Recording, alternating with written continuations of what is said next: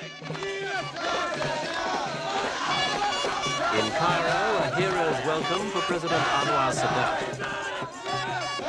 Thousands waited all day at the airport to cheer him as he returned to Egypt after the most daring move of his political career, a two-day visit to Israel. Night had fallen by the time he arrived, but crowds still stood 4 deep along the 12-mile route from the airport to the president's home. Technically, Egypt's still at war with Israel, and in some parts of the Arab world, Sadat's been labelled a traitor. But Egyptian reactions have been overwhelmingly favourable. Sadat's journey began only 10 days after he'd offered in Parliament to travel anywhere for Middle East peace. His motive was to break the current deadlocked situation. Sadat needs peace and stability to rebuild Egypt's economy, crippled by military spending. So when Israeli Premier Menachem Begin sent a formal invitation, Sadat accepted. But first, he flew to Damascus to explain his motives to Syria's President Assad. He assured Assad that Egypt sought no separate peace with Israel.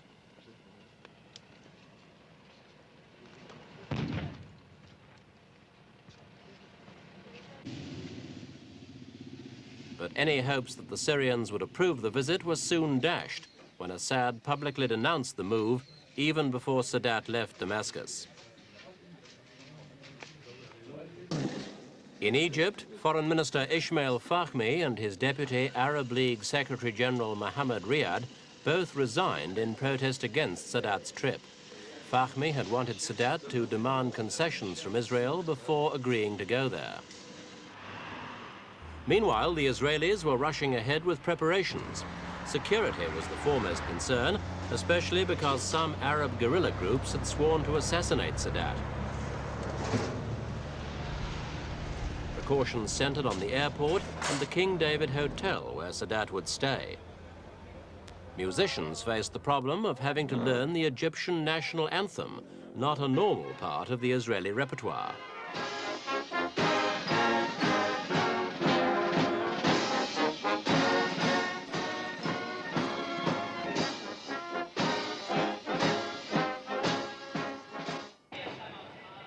An understandable shortage of Egyptian flags was another difficulty, but soon the red, white and black banner of Egypt flew alongside the blue and white Israeli flag at Ben Gurion Airport.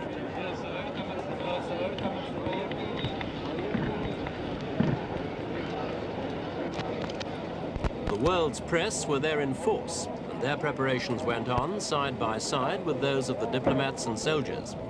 Finally, when all was ready, the ceremonial red carpet was rolled out on the tarmac and security men took their positions to await Sadat's arrival.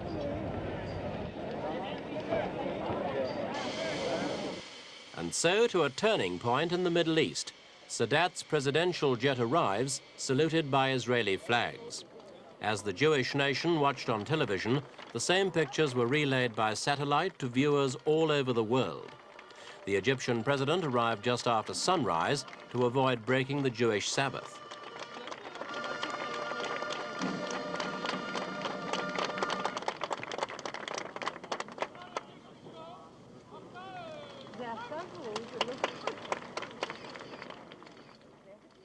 Once on Israeli soil, President Sadat was welcomed by ministers with an especially friendly welcome from General Moshe Dayan, now Israel's foreign minister, but its military mastermind in the last 2 rounds of fighting.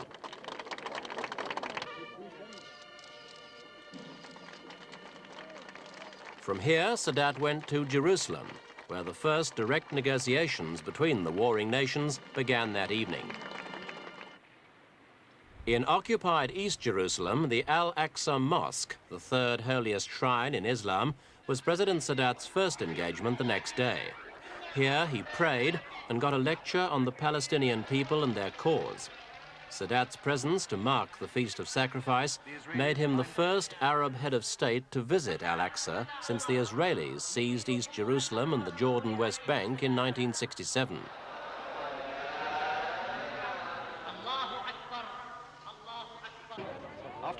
In Old Jerusalem and the towns of the West Bank, Palestinians had mixed feelings about the visit. There were no mass demonstrations of protest, and in fact a call for a strike was ignored. But neither were there any expressions of support for President Sadat. Those Palestinians who were willing to face the cameras believed the visit would do more harm than good. It's not good. We couldn't know, but this visit, it's not good to our problem, our Palestine problem. It's not very good. Not good. What about you? It's possible for coming to Israel. Is it good? Not good. A bulletproof Cadillac left over from Henry Kissinger's shuttle diplomacy 3 years ago took President Sadat to the Knesset, the Israeli parliament, for the main public event of the visit. The Egyptian leader had a series of private talks with Prime Minister Begin, but his address to the Knesset was a deliberately staged open display of his new approach.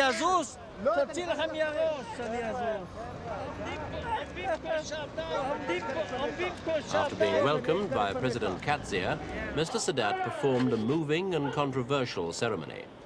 In 2 wars over the past 10 years, 25,000 Egyptian soldiers have been killed by the Israelis.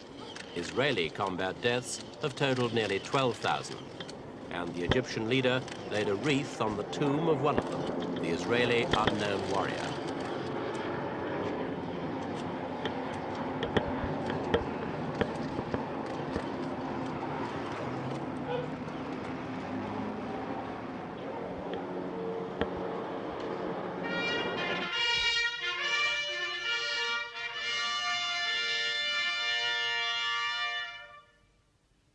President Sadat's appearance before the Knesset and his 60-minute Arabic speech were relayed to Egyptian television viewers.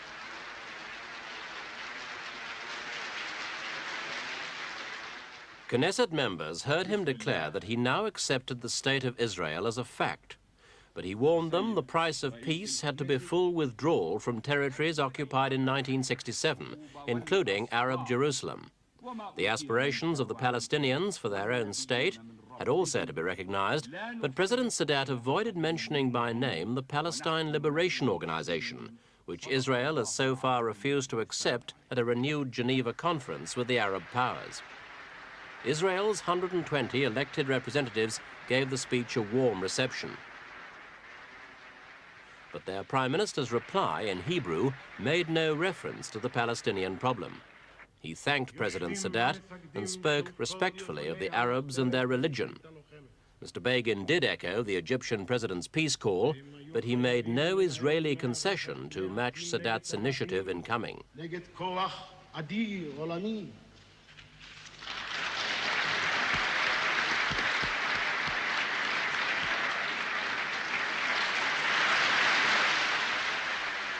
Outside the Knesset, among the Israeli public at large, the main impression was that President Sadat had made a giant step towards peace.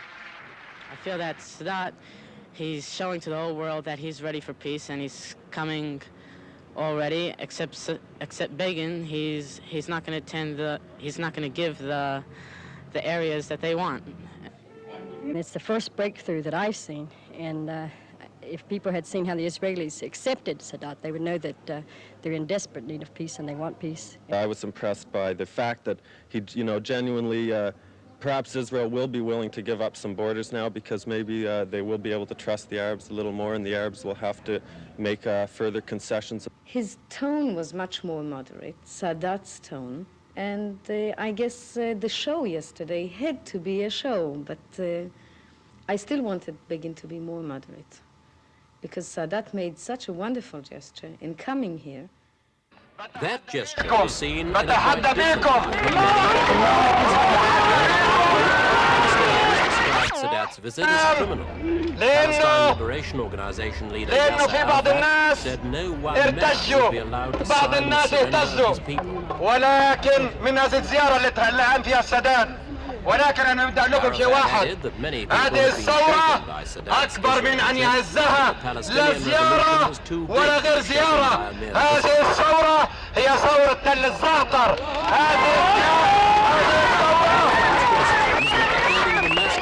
President Hafez Assad, who led Syrians in an official day of mourning.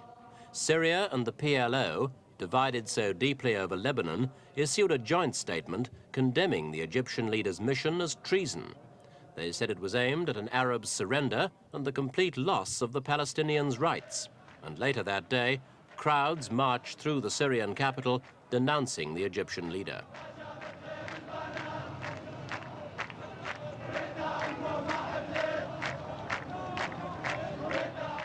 Such sentiments were also expressed outside the Middle East. Libyan diplomats in London burned the flag of what until then had been the United Arab Republic of Egypt and Syria. It was a scene repeated at Libyan embassies around the world.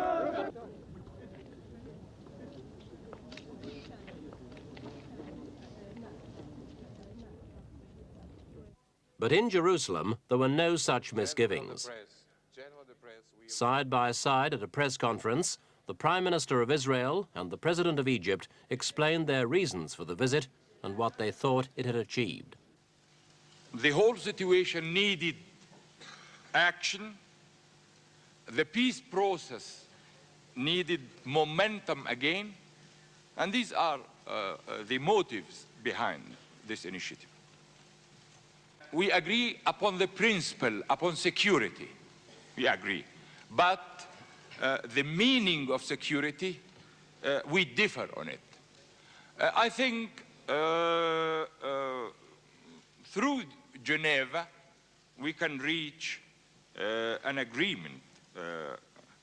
And let us hope that what I have said already today in the Knesset, let us hope that the two slogans that I want everyone to say is, let us have no war after October, and let us agree upon security. I think those are the main issues. I would like to add one remark. I will say to the questioner and to all of you, ladies and gentlemen, that during the visit of President Sadat to our country and to Jerusalem, a momentous agreement was achieved already. Namely, no more war, no more bloodshed, no more attacks, and collaboration in order to avoid any event which may lead to such tragic developments. When I addressed directly the Egyptian people, I said, let us give a silent oath one to another. No more war, no more bloodshed, no more threats. May I say that that mutual pledge was given in Jerusalem.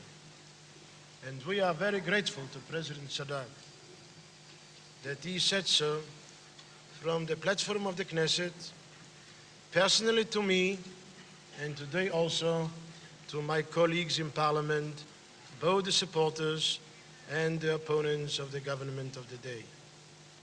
It is a great moral achievement for our nations, for the Middle East, indeed for the whole world.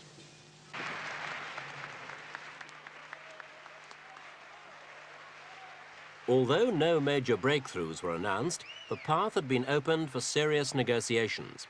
And the friendly spirit continued at a televised meeting between Mr. Sadat and Labour Party MPs, including Golda Meir, the 80-year-old former Prime Minister. In an atmosphere that was relaxed and informal, Mrs. Meir didn't let the serious issues prevent her joking with the Egyptian president, who had become a grandfather during his visit. So that even an old lady like I am will live to see the day. I've always said that. You always call me an old lady, Mr. President. She's not as old as this. We will live to see the day. Whoever signs on the part of Israel, I want to live to see that day of peace between you and us, of peace between all our neighbors and us. And Mr. President, as a grandmother to a grandfather, may I give you a little present for the new granddaughter. And thank you for your present that you have given me. And so, 2 days that changed the Middle East came to an end with the official send-off for President Sadat at Ben Gurion Airport. Before his visit, he'd said he wanted to demolish what he called the psychological barrier that divided Israel and the Arab states, which he said accounted for 70% of the Arab-Israeli problem. His visit certainly did that.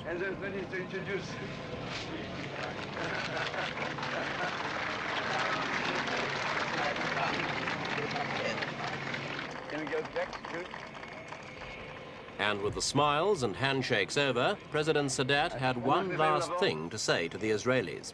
Thanks for everything. Thanks for everything. But after the euphoria's dissolved, the big questions remain. Will President Sadat's initiative eventually be accepted by other Arab states? And will it be matched by Israeli concessions on territory and the Palestinians? The answers will be vital to the future of all states in the Middle East.